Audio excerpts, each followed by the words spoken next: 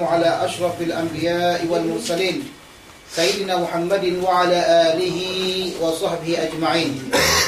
قال الله سبحانه وتعالى في القرآن العظيم: أعوذ بالله من الشيطان الرجيم، بسم الله الرحمن الرحيم. قالوا سبحانك لا علم لنا إلا ما علمتنا إنك أنت العليم الحكيم. وثم قال رسول الله صلى الله عليه وسلم في كتاب الحديث: إنما الأعمال بالنيات وإنما لكل امرئ ما نوى. قال المصنف رحمه الله تعالى: ونفعنا بعلومه في الدارين آمين. إن الله واحد لا شريك له ولا شيء يعجزه. لا شيء يعجزه. لا nafiatul jinsi. Dan nafiatul jinsi, tidak ada sedikit pun sesuatu, ya, mana kata semua jenis, baik jenis manusia, jenis malaikat, jenis binatang, jenis apa saja, tidak ada. Itu dia. La arfu nafiatul jinsi. Syai'a isim la. Syai'a isim la mansubun wa alamat nasbihi fathatun zahiratun fi akhirih. Yu'jizu tu fi'il wa fa'il. Juga fi'il wa fa'il tu jadi apa? Khabar la. La rijala fid dari, tak ada laki-laki dalam rumah. Gitulah. Mana kata jenis laki-laki mana aja ada. Nah, laki-laki yang 100% kah? Laki-laki 100% kah? Yang penting laki-laki, tak ada. Cara menjawabnya begitulah. La harfu nafiatul jinsi. Tidak ada sedikit pun manusia kah, malaikat kah, binatang kah, semuanya yu'jizuhu, yang mampu untuk melemahkan Allah Subhanahu wa taala. Syarat daripada Tuhan tu, syarat yang boleh kita jadi Tuhan kan, yang kita sembahkan adalah mesti Tuhan yang tidak lemah. Mesti Tuhan tidak lemah, dan Tuhan yang tidak dapat dikalahkan oleh semua manusia, semua daripada makhluk. Kalau dia Tuhan yang mampu dikalahkan, maka dia bukan Tuhan. Kalau dia Tuhan yang mampu dikalahkan, bukan Tuhan namanya. Sebab adanya kekalahan akan mengakibatkan dia itu memerlukan Tuhan. Bila dia memerlukan Tuhan, maka dia itu adalah bukan Tuhan. Tuhan tadi itu juga kalau memang dia dapat dikalahkan, juga dia memerlukan Tuhan, maka terjadi isu apa? Tasalsul.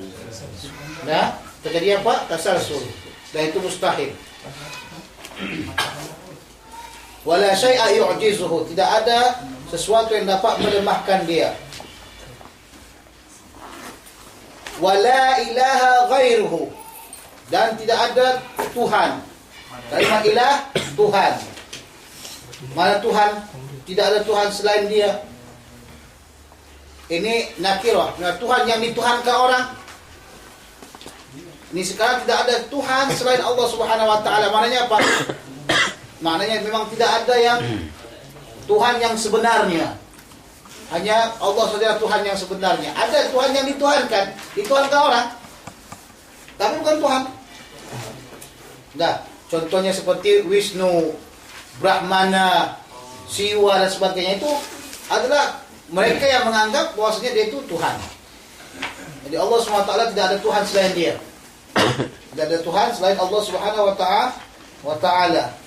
Jadi yang dikatakan di sini dari kita mengaku tidak ada Tuhan selain Allah Subhanahu wa taala, maknanya apa? Maknanya kalau orang-orang Wahabi kata ni tauhid rububiyah, dia kata. Kita kata rububiyah, uluhiyah sama saja. Kalau kamu sudah kata Allah yang menjadikan, Allah lah Tuhan. Allah lah yang menciptakan, Allah lah yang disembah. Allah lah yang disembah, Allah lah Tuhan, Allah yang diagungkan. Nah? Qadimun bila bertidak. Qadimun bila bertidak. Kalimat qadim itu ada dua bahagian kita gunakan. Yang pertama untuk orang yang, ya, maknanya lama, seperti yang lama-lama tu, hadza manzil qadim, ini rumah lama. Tapi bila qadim diletakkan kepada zat Allah SWT, bukan maknanya lama. Kalimat qadim diletakkan kepada Allah SWT, maknanya adalah tidak ada permulaannya. Makna qadim la bertida'a lahu. Di sini katakan qadimun bila tidak. Qadim dia tak ada permulaan. Jadi setiap yang ada, ya, yang ada permulaannya, maka dikatakan bukan qadim, baharu. Nah, yang dikatakan qadim laisa lahu tidak memiliki permulaan. Jadi dikatakan qadim laisa lahu ibtida, atau qadim la yasbiqul adam. Qadim la yasbiqul adam. Dianya adalah tidak didahulukan oleh tiada. Kamu ada. Kamu ini ada. Tapi kamu didahulukan oleh tiada. Ya. Bila adanya kamu? Tahun 1989. Ada yang tahun 1990. Nah, itu adanya dia. Nah, sebelumnya tidak ada, berarti ini baharu. Tapi yang dikatakan qadim Allah SWT itu yang tidak didahulukan oleh tiada. Qadim ini terbagi atas 3 bagian. Qadim terbagi atas 3 bagian. Yang pertama qadim dzat. Qadim apa? Dzat. Mana qadim dzat? Allah Subhanahu wa taala bersifat qadim. Allah Subhanahu wa taala bersifat qadim. Mana zat Allah Subhanahu wa taala tidak didahulukan oleh tiada. Dan Allah tidak didahulukan oleh tiada. Andai kata Allah Subhanahu wa taala didahulukan oleh tiada, maka dia itu juga termasuk baharu dengan kita. Sebab adanya dia dijadikan oleh orang yang lain. Jadi sebagian orang kata, Ustaz, ni kenapa tauhid ni selalu kita mainkan kepala otak ni? Kenapa enggak kita kata kalau Allah, kalau Rasul saja? Sebagian orang kan enggak dia masuk Islam. Jadi untuk masuk Islam, maka dia percaya dengan Al-Quran dan Sunnah. Jadi bahasa kita buatkan dari akal yang semua akal menerima. Adanya sesuatu ni ada ni. Siapa menjadikannya? Orang. Kenapa orang kita kata menjadikannya atau sesuatu yang menjadikannya? Karena dia ni ada sebelumnya itu tiada. Nah, kalau dia ni ada dan sebelumnya itu tiada, berarti mesti dia berhajat kepada yang mengadakannya. Mesti berhajat kepada yang mengadakannya. Nah, Allah Subhanahu wa taala ada. Apakah sebelumnya tiada? Kalau kita buat kalau Allah Subhanahu wa taala sebelumnya tiada, maka berarti Allah itu baharu. Ada kata baharu Allah Subhanahu wa taala berarti berhajat kepada yang menjadikan. Yang menjadikannya ini sebenarnya, apakah dia baharu atau tidak baharu seperti yang tadi? Kalau seperti Allah juga yang tadi itu berarti akan baharu juga dia. Maka terus menerus baharu jadi tasalsul. Maka wajib kita putuskan maknanya apa? Maknanya Allah SWT itu dijadikan, Allah SWT itu ada, tidak didahulukan oleh tiada. Paham? Itu pertama qadim dzat. Allah SWT qadim dzat. Yang kedua qadim zamani. Qadim apa? Zamani. Maksud qadim zamani, ya. Antum soleh tahun berapa lahir? 89. Hakim tahun berapa lahir? 86. Nih, qadim zamani 86-89. Siapa pertama kali qadim waktunya? Hakim lebih dahulu lahir dibandingkan soleh. Berarti di sini qadimnya qadim terdahulu hakim daripada soleh. Ini kata qadim zamani. Paham? Ini untuk baharu. Allah SWT tidak masuk kepada zamani. Allah Subhanahu wa taala mustahil bagi dia masuk kepada masa. Siapa yang masuk kepada masa maka dia berharu. Ada 2 tempat ciri-ciri daripada baharu. Yang pertama berhajat kepada masa, yang kedua berhajat kepada tempat. Bila berhajat kepada masa dan tempat maka baharu dia. Setiap yang punya tempat maka berhajat kepada masa. Kerana setiap tempat memiliki masa. Faham? Jadi Allah tak berhajat kepada tempat dan masa. Sebab kalau dia punya tempat, berarti punya masa. Adanya Kuala Lumpur bila kita buatlah tahun 1920-an. Berarti kan punya masa dia Kuala Lumpur. Nah, adanya itu tahun 1920. Nah, ini yang kita katakan setiap tempat berhajat kepada masa. Masa mana? Tahun 1920 adanya Kuala Lumpur. Begitu juga kalau Allah SWT berhajat kepada tempat, berarti dia berhajat kepada masa. Dan itu mustahil bagi Allah SWT, kerana dia yang menjadikan. Kerana dia yang menjadikannya. Dia yang dikatakan qadim zaman itu Ya, qadim pendahuluan daripada masanya. Masa madi sekarang akan datang.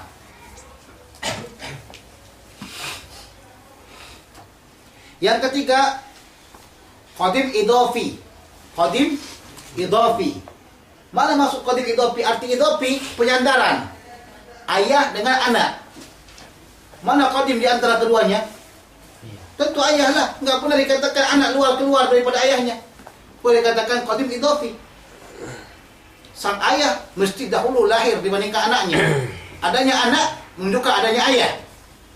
Adanya anak menunjukkan adanya ayah. Ini dikatakan dengan qadim idafi. Paham?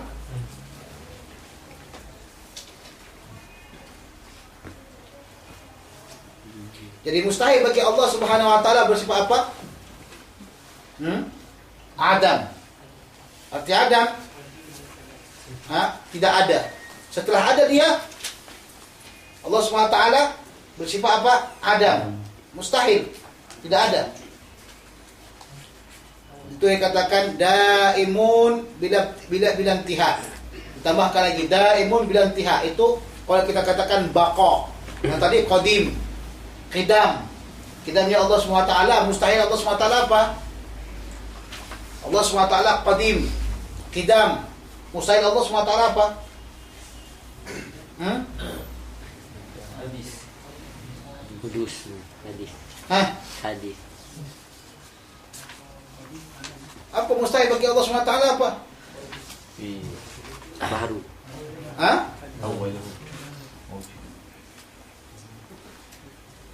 Apa istilah dia? Disebutlah alam. Mustahil bagi Allah SWT apa? Didahului oleh Tiada. Istilahnya apa? Kudus.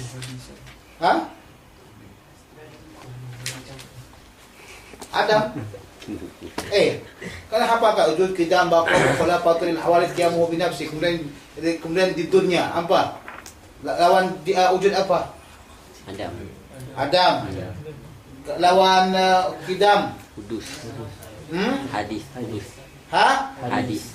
Lawan qadim, lawan baqa. Fana. Itulah dia itu hafal. Sudah. Jadi kalimat hadis bahasa kampung kita, bahasa Melayunya kita baharu. Itu bahasa kita. Mana baharu tu biar dia ada tapi didahului oleh tiada. Jadi kata baharu. Sudah? Allah SWT mustahil baharu. Bagaimana cara mustahil baharunya? Karena kita kata tadi satu benda ada, tapi sebelumnya itu tidak ada. Berarti mesti ada yang menjadikannya. Mesti ada yang menjadikannya. Siapa yang menjadikannya? Belum tahu kita sekarang yang menjadikannya kata Tuhan. Tuhan yang kamu akui sekarang nih. Tuhan yang kamu akui sekarang nih. Apakah dia sama seperti yang sebelum tadi itu? Yaitu adanya dia, tapi didahulukan oleh tiada. Sama. Kalau sama seperti tadi itu, terus di depannya juga seperti itu. Maknanya yang menjadikan itu berhadir kepada yang menjadikan. Yang menjadikan berhadir kepada yang menjadikan. Maka terus sampai ke atas jadi tasalsul dia. Mana tempat mustasalsul ni? Mustahil tempat tasalsul. Kalau kita buatkan rantai, ada kata kita buat rantai, kita masukkan ke dalam satu cawan. Kita masukkan ke dalam, kita putar rantai tadi itu. Arti tasalsul rantai. Terus kalau kita kata ayah kau penjadikannya atuk saya, atuk kau yang bukan datuknya saya, datuknya kau, datuknya saya, datuknya kau, datuknya saya, datuknya kau itu datuknya saya, gitu katanya kan. Seperti itulah. Terus diputar-putar, maka akan terjadi nanti ujung daripada rantai itu akan keluar daripada tempatnya. Seperti itulah. Jadi mustahil dia seperti itu. Jadi mesti kita putuskan yang menjadikan Allah SWT. Itu yang dikatakan kan apa? Wujudul wujud atau wajibatul wujud. Wajib dia ada. Sementara kita ini mungkin wujud. Mungkin adanya. Nah, Itu tempat mustahil daripada tasalsul. Arti tasalsul, si pola jadikan ni. Yang ni terus jadikan ni. Sampai ke atas. Ya. A jadikan B, B jadikan C, C jadikan D, D jadikan E, E jadikan F, F jadikan J. Sampai ke bawah, sampai terus. Huruf kan juga habis juga kan. Mudah. Kalau kita tengok pula yang lainnya, ad-daur. Mustahil bagi Allah daur. Di sini kalau sekiranya A jadikan B, B jadikan C, C jadikan A. Ini namanya daur. Ahmad jadikan Muhammad, Muhammad jadikan Mahmud, Mahmud jadikan Ahmad. Putar itu juga. Putar itu juga dia. Di mana letak mustahilnya bagi Allah SWT kalau memang terjadi daur? Ha? Si A menjadikan B. Bagaimana boleh si A menjadikan B sementara dia belum ada lagi? Bagaimana A boleh menjadikan B, dia belum ada lagi? Sebab apa? Kerana A itu diciptakan oleh siapa? C. C. Dah?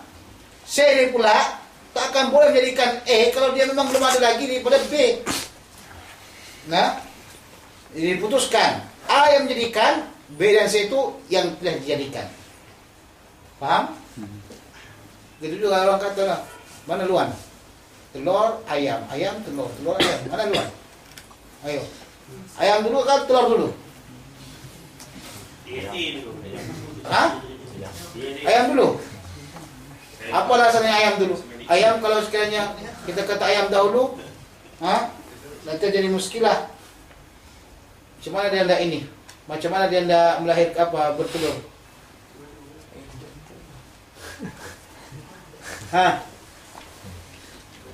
Telur dulu ke atau ayam? Telur ayam.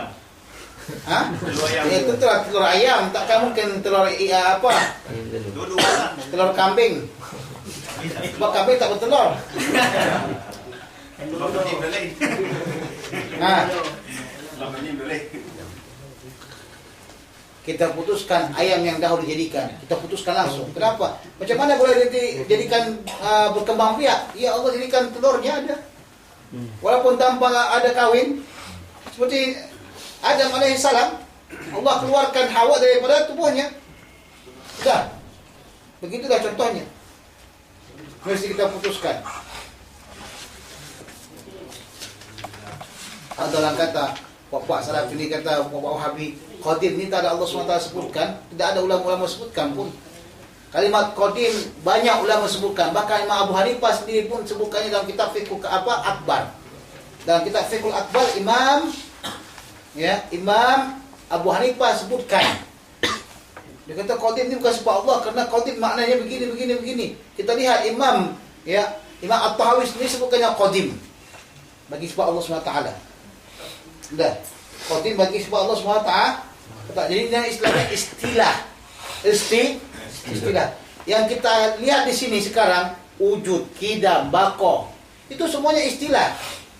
Emangnya dalam Al-Quran kita dikatakan al-wujudu, innallaha wujudun, dan Quran tak ada sebutkan. Tapi kita tahu Allah SWT itu ada, maka kita katakan wujud. Siapa yang menafikan Allah SWT wujud memang kafir dia. Sudah? Tapi ada kadang apa katakan al-wujud? Tidak ada. Tapi iktibar istilah, namanya lam yalid wa lam yulad wa lam yakul lahu kufuwan ahad, membuktikan Allah itu ada, berarti wujud. Begitu juga kalimat kidam. Qadim ni istilah yang memang betul ada yang mengatakan Allah itu tidak didahulukan oleh tiada. Nah, sebab itulah Imam Abu Hanifah menggunakan qadim, demikian juga Imam At-Tahawi sampai kepada ulama-ulama kita sekarang menggunakan apa? Qadim. Daimun bila intihad. Tetapnya Allah Subhanahu wa taala tanpa ada pengakhiran.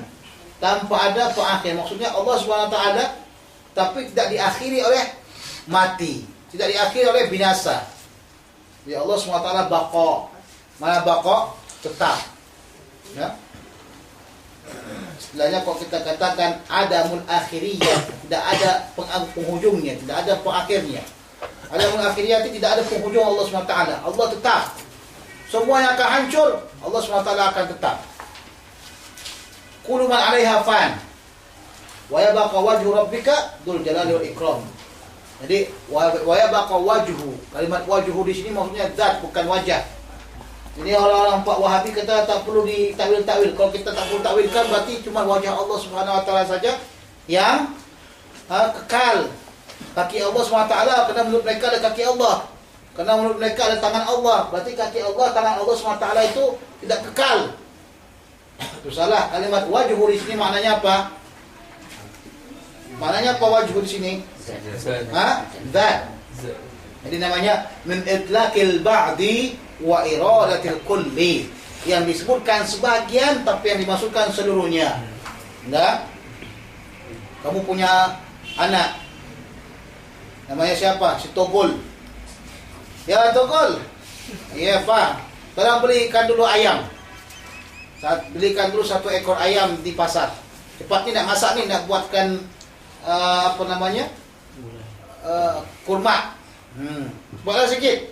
Dia pergi ke pasar pakai motor, jadi mak rempit sikit sampai dibelinya. Bawanya pakai apa? Pakai plastik. Sampai di rumah ni, ayah, nah. Tengok ayahnya dibukanya plastik tu. 1 ekor ayam, betul lah memang. 1 ekor ayam dia beli. Aku nak pukul si Togol ni. Kenapa kena pukul si Togol? Kata ayahnya, bodoh gila kau ni. Nyesal aku lahirkan kau, kata ayahnya. 1 ekor ayam, memang ekor ayam tu belinya 1. Dia fikir satu ekor ayam tu lah. Kena dia ni bodoh. Dia ni tak tahu faham bahasa. Tak tahu majas-majas. Nah, orang yang tak tahu majas-majas ni begitulah. Siapa saja mengingkarkan majas dalam Al-Quran tu bodoh. Nah, seperti Togol tadi itulah. Bawa apa? Sebab kalimat di kampung saya ada namanya Togol. Togol ni Masya Allah kampung saya. Bongok-bongok sikit. Bila cerita tadi itu 1 ekor ayam, dibawanya ekor ayam saya 1. Kan tak faham. Orang yang inginkan 1 ekor ayam maksudnya daripada kepala sampai kaki. Jadi bawa ekor saja. Sama seperti Togol tadi itu. Tahu asam Jawa hitam-hitam tu, makanan yang hitam-hitam asam Jawa dia. Kawan saya namanya si Togol letakkan asam Jawa di sini. Gitu. Terkena tangan dia. Maksud kecil ni, masih kecil lagi. Terkena tangan dia tu tak ayam candu. Dia tengok, tak tahu dia mana asam Jawa tu, mana ayam candu. Lepas tu dirasakannya di sini. Pokoknya tak ayam candu yang dirasakannya. Ambil ketahuan, memang Togol lah kau ni. Itu. Jadi wa yabqa wajhu rabbika dzul jalali wal ikram itu min itlaqil ba'di wa iradatil kulli. Yang disebutkan sebagian, tapi maksudnya apa? Yang disebut apa? Seluruhnya. Jadi kita masih ada namanya majas, masih ada mana. Kalau untuk masakkan nasi ya, itulah umpama kita kata. Togol belikan masak dulu nasi dia kata. Diambilnya nasi di periuk tu, dimasakkannya lagi. Bubur lah. Nak marah, kenapa kau buat air gini jadi bubur? Disuruh masak nasi. Ya bukankah ayah suruh masakkan nasi? Ni nasi dah aku masakkan lagi ni. Jadi bubur lah. Faham tak? Faham tak? Faham. Apa yang faham? Nasi tu yang sudah masak. Semestinya kita kata kalau masakkan beras baru jadi nasi. Si Togol ni fahamnya lurus saja, lurus bendul. Dia kata, kalau disuruh masak nasi, ya aku masak nasi. Diambilnya nasi, dimasaknya lagi. Jadi bubur. Udah. Ini kita enggak, ini majas. Namanya apa? Majas apa namanya bagian majasnya? Iya, namanya apa itu? Metlaki Itibar ma ya. Hah? Apa ini? Hah? Itibar ma itu. Itlaku Itlaku kana wa iradati maya mayakun. Itu. Dah. Dia kata pula budak-budak yang tak tahu majas ni, dia kata pula kita yang bodohnya. Dia kata pula, untuk apa yang susah-susahkan ni? Belajar tauhid pakai akal. Susah-susahlah. Kalau Allah Ta'ala dah kul huwallahu ahad, Allah ada kul huwallahu ahad. Untuk apa pakai akal katanya? Kena bodoh betul. dalil hanya kena tidak nyusah-nyusahkan umat Islam. Kalau kayak gitu, tak usah kita belajar fikih lah. Kerana kalau kita belajar fikih ni susah. Faham tak? Tak usah kita nak belajar kitab tauhid, tak usah kita belajar mujtahid jadi apa semuanya. Kenapa? Nak belajar ni susah. Tak usah kita belajar qiraat. Nak belajar qiraat ni mampus. Faham? Bukan mampus itu ala wazni fa'al. Kalau ala wazni fa'al berarti mubalaghah. Nah, dia kata alasan orang yang kata untuk apalah orang Asy'ariyah ni belajar kitab tauhid, pakai akidah akal lah, akal begini akal begitu. Kan itu menyusahkan kita. Kita ini ada Allah ada, qul huwallahu ahad. Allah SWT itu tidak akan mati. Katakannya ayatnya. Sudah? Wal awal wal akhir. Tak menyusahkan orang.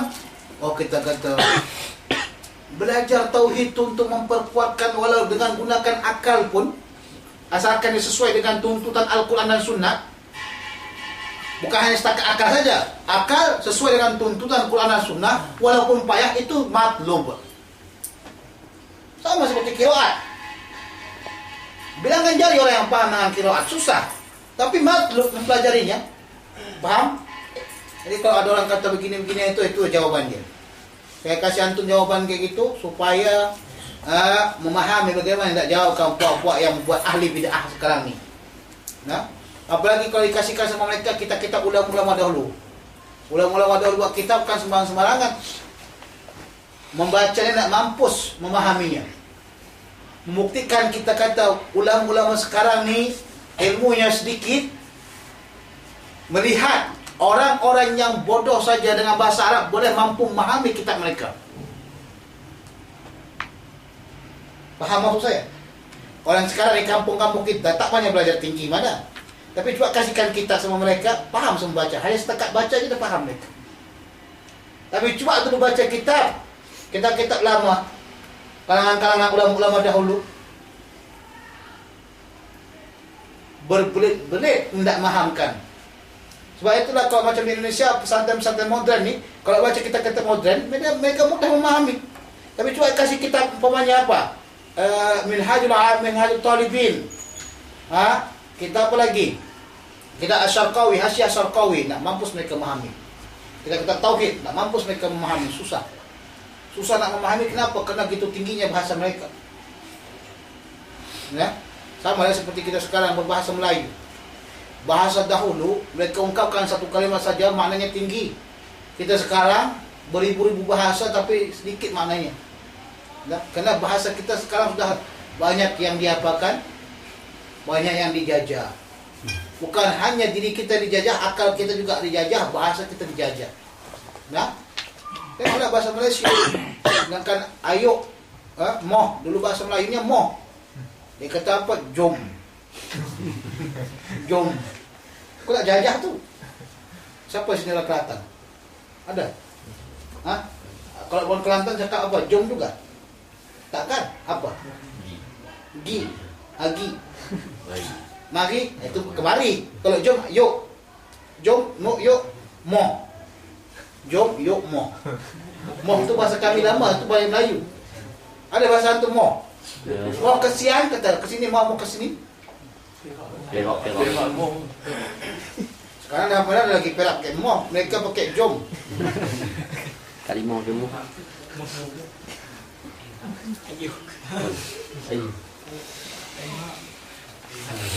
Jadi Allah SWT tidak ada pengakhirnya. Sebab kalau ada kata Allah SWT ada pengakhirnya, maka Allah SWT baharu. Ada kata Allah baharu, maka sama dengan kita. Terjadilah tasasul dan daur. Mustahil bagi Allah SWT. Dah?